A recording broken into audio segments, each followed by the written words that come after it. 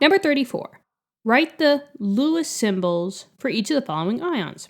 And then I have A through G. So I'm just going to go over here and just write out A through G. So we have A, B, C, D, E, F, and we'll probably be able to put G over here.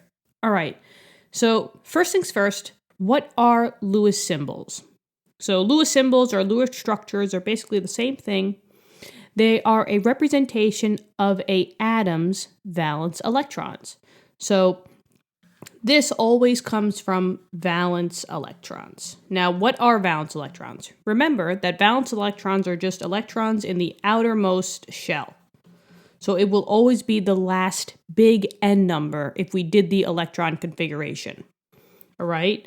Now, have no fear. There is a trend on the periodic table that you guys should memorize to figure out how many valence electrons each atom has. And that one I put on the top. It's the one in black over here. So valence electrons go as follows. Group 1 has 1 valence electron. Group 2 has 2 valence electrons. And then as you see, group 13 or 3A has 3 valence, and then it goes 4, 5, 6, 7, and 8. So it basically just goes from 1 all the way to 8. Just know that your transition metals are not part of this trend, and neither are the inner transition metals. All right? So that's how many electrons are in the outermost shell for each atom. So if we start this one off with arsenic, As, how many valence electrons does arsenic have? Well, arsenic's over here. And without a charge, when it's neutral, it should have 5 valence electrons. So how do we write that as far as electrons? You put dots. When we put dots, right, 2 dots would represent a pair of electrons, and you will see a lot of pairs later down the road. Now, does it really matter where you start? No, but you want to try to pair up as much as you can, but you always go clockwise. Or you can go counterclockwise, but you think of your atom as having like 4 sides. It's a box. So you will always draw electrons on the up side of the box, on the side, below, and on the left side.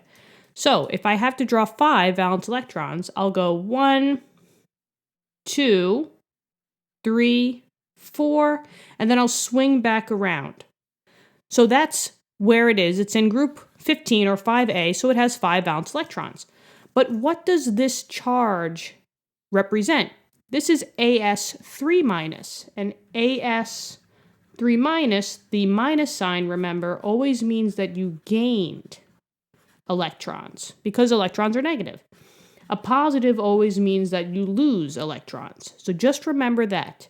So in this case, the 3 minus tells us that this arsenic gained 3 electrons. So I have to put the 3 more. So I'm going to pair them up. So I'm not going to add another electron here because you only should have a pair on one side. So I'm going to put the 1 electron here, then another one on the bottom, and then another one on the bottom, or on the side. That's how many electrons this arsenic ion has. Remember, an ion is just a charged atom, whether it's positive or whether it's negative. So when you add electrons, especially when you have a charge, you have to square it. So you put it in like brackets, and you just put the charge in the upper right-hand corner. And this would be the answer for A. So it would be arsenic. It had 5 valence electrons, but you needed to add 3 more. And now it has 8 total valence electrons. And this follows the Octet Rule. So the Octet Rule means that when binding, all atoms in the main groups, right? So it's these 2 over here and these 6 over here. They always want to act like the noble gases, and the noble gases are group 18. So we're going to be seeing the Octet Rule when we're doing a lot of binding. But just for now, we're just getting the hang of it here. So A is done. Now the other one should come a little bit more easier. So for B, I minus, well, I'm going to put I in the middle, and now I got to figure out how many electrons iodine has. Well, iodine is over here. It's in group 17, or 7A, and normally it has 7 valence electrons. So I need to draw 7 dots. So 1, 2, 3, 4, 5, 6, and 7. And now I see that it has a minus. It's a -1, which means that you gain 1 electron. So I'll just add the 1 electron where there's not a pair. I'm not going to add it here, here, or here. I'm going to add it right here. And now since it has a charge, I will bracket and I will put the charge in the upper right-hand corner. And B is done. And look here. This also has the octet rule. You're probably going to see that majority of these will follow the octet rule because they will want to have either 8 electrons being the noble gas after it, or it will have no valence electrons being the noble gas before it. So let's look at C now. C is Be2+, beryllium. So beryllium is in group 2. It automatically should have 2 valence electrons. So if I put Be, and I'll say 1, 2.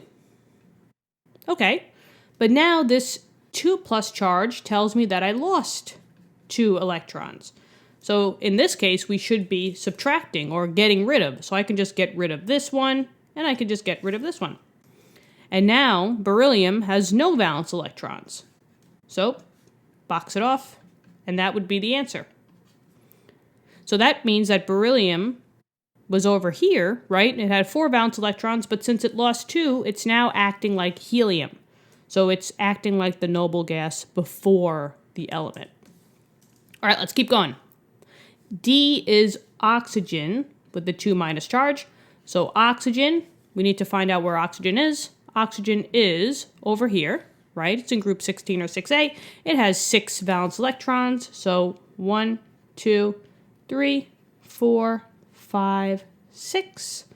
But now I see that it has a -2 charge, which means that it gained 2 electrons. So you got to draw those in. And you draw them with the electrons that aren't paired. So I'll put one down here, and I'll put one over here.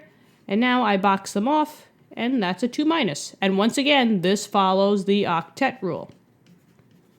So far, So far, all of them are following the octet rule.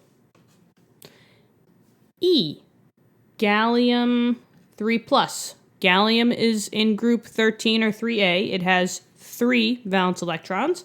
So Ga, I will say 1, 2, 3. But now gallium has a +3 charge.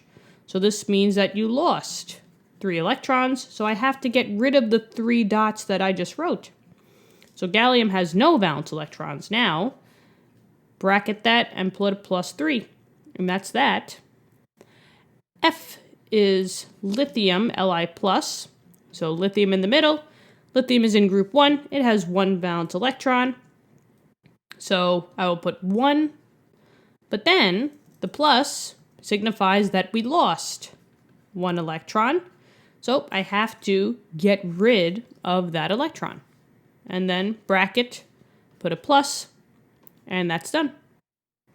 And then last but not least, we have nitrogen, 3-. So nitrogen in the middle.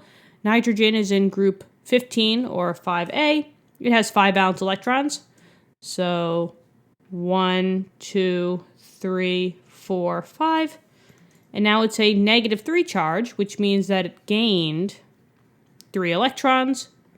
So 1, 2, 3. And I have to bracket that and put the charge. And once again, this is the octet rule. And I just want you to notice that all the charges that they gave you follow the actual oxidation states that they actually are. Know that trend as well. So group 1 would have a +1 charge. Group 2 is a +2. As you see, these charges basically make the valence electrons, when binding, add up to a noble gas. So you'll either have 8 electrons in your valence shell, or you'll have 0 electrons in your valence shell. But number 34 is done. So this one was fun. We're gonna start getting into heavy-duty Lewis structures, so this is fun. This is like the beginning. Stick around. Number 35 is just like this. If you guys need more practice, I'll be there for you guys. Thank you so much for watching. Click that subscribe button. That'll help the channel out greatly. And I'll see you guys on the next question. See ya.